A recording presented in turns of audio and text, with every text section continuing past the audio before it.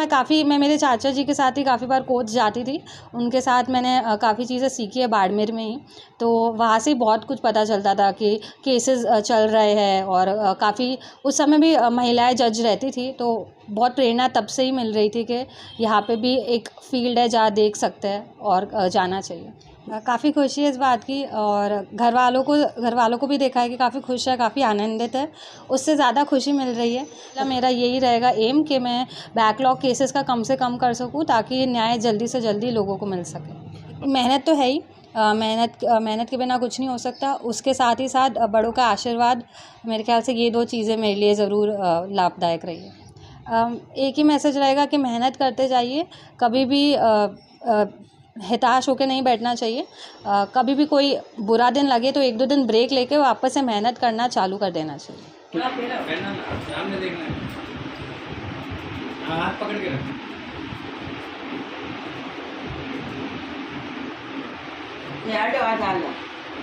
छोड़ दे मम्मी को, छोड़।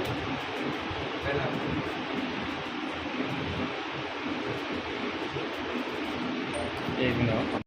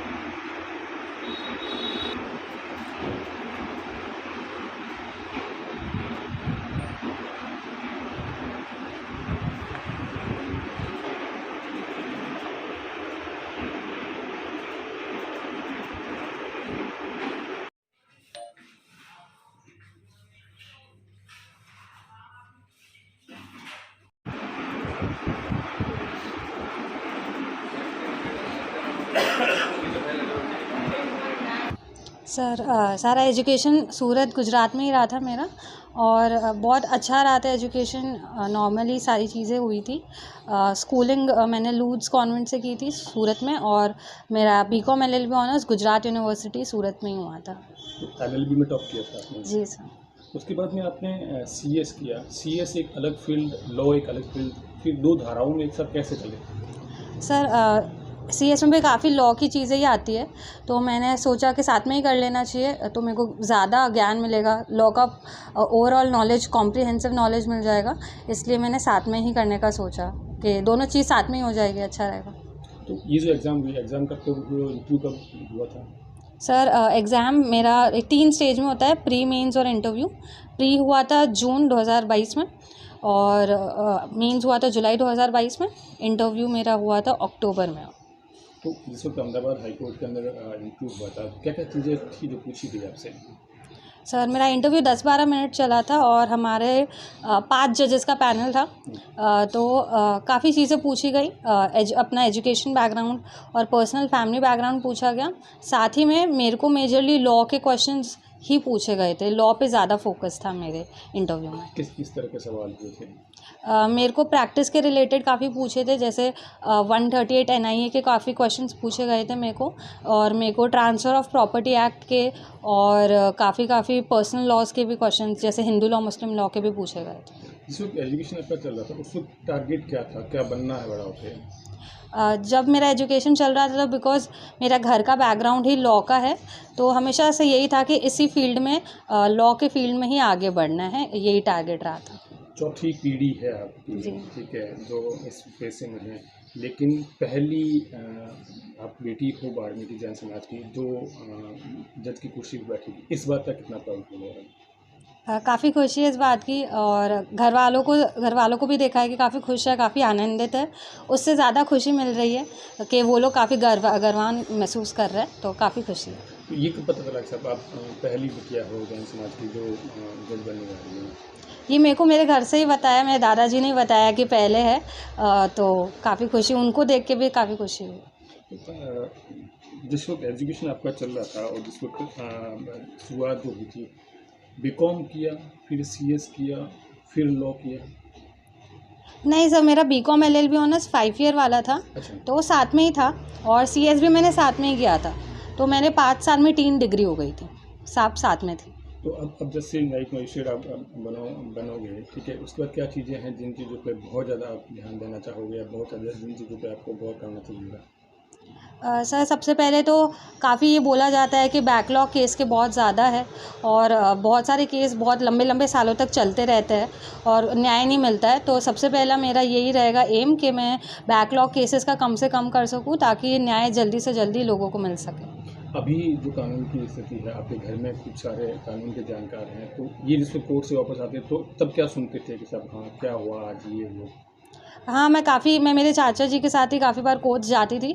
उनके साथ मैंने काफ़ी चीज़ें सीखी है बाड़मेर में ही। तो वहाँ से बहुत कुछ पता चलता था कि केसेस चल रहे हैं, और काफ़ी उस समय भी महिलाएं जज रहती थी, तो बहुत प्रेरणा तब से ही मिल रही थी कि यहाँ पे भी एक फील्ड है जहाँ देख सकते हैं और जाना चाहिए। तो घर में काले कोट वाले खूब सारे हैं, उसके बाहर अगर किसी की बात करें तो कौन है जो प्रेरणा स्रोत हैं या जो आदर्श हैं आपके?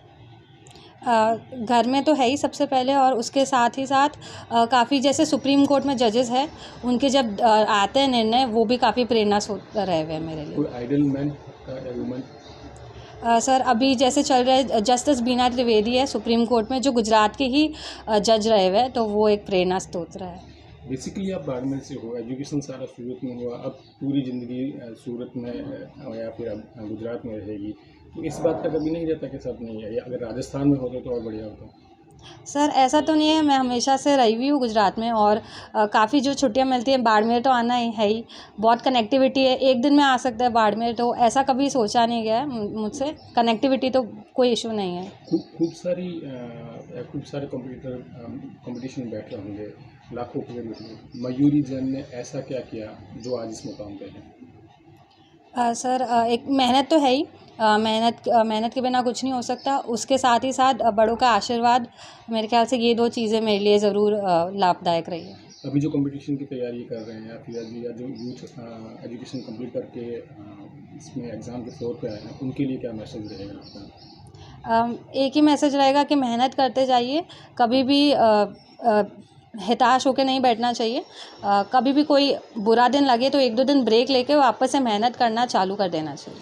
तो जिस वक्त तैयारी आपकी चल रही थी, उस वक्त आपका एग्ज़ाम चल रहा था, कौन कौन से ऑथर थे या कौन कौन सी बुक थी जिनको बहुत ज़्यादा पढ़ा? शेड्यूल क्या रहता था आपका?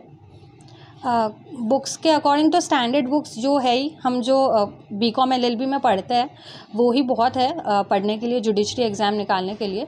और साथ ही साथ उनके साथ साथ क्वेश्चन की प्रैक्टिस करना बहुत ज़रूरी है, तो वो क्वेश्चन प्रैक्टिस मैं ज़रूर करती थी, और नॉर्मल जो किताबें हैं वो ही पढ़ती थी। शेड्यूल क्या रहता था जिससे प्रिपरेशन चल रही थी उस वक्त? सर शेड्यूल तो यही, जैसे उठते थे सबसे पहले शेड्यूल बनाते थे कि पूरे दिन का टारगेट क्या रहेगा, और फिर उसके हिसाब से अपना काम बढ़ाते थे। हमेशा दिन में यही था कि वो टारगेट अचीव करना ही है जो बनाया है पढ़ने का।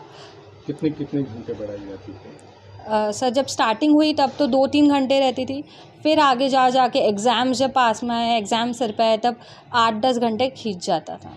आज के अगर यूथ की बात करें तो सब वो रियल से ज़्यादा रियल लाइफ पे है, इंस्टा पे है, फेसबुक पे है।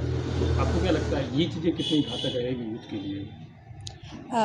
सर जैसे आप बोल रहे हैं रियल लाइफ, अगर उसमें से कुछ अपन को सीखने को मिल रहा है तब तक तो ठीक है, बट अगर उससे ज़्यादा अगर ध्यान भटक रहा है तब उसके ऊपर फिर अंकुश लगाना चाहिए। पर जब तक अगर अपन को कुछ सीखने को मिल रहा है तब तक उसका उतना ही उपयोग करना चाहिए। आपका जिस वक्त प्रिपरेशन चल रहा था उस वक्त सोशल नेटवर्किंग साइट से दूर थे या फिर एक्टिव थे उस पर? सर मैं तो दूर थी, मेरा ध्यान जल्दी भटकता है, तो मैं तो दूर थी। मेरा आखिरी सवाल, जब कुछ थे आप उस वक्त तो लोग नहीं जानते थे, तब कुछ से कोहिनूर हुए, तब लोगों का रेस्पॉन्स कैसा रहा? सर काफ़ी लोगों ने बधाइयाँ दी, और काफ़ी लोगों ने घर वालों को बधाइयाँ दी, तो काफ़ी खुशी महसूस हुई। अब लग रहा है कि हाँ अपनी भी खुद की कोई एक आइडेंटिटी है, तो वो जानकर काफ़ी खुशी हुई सर।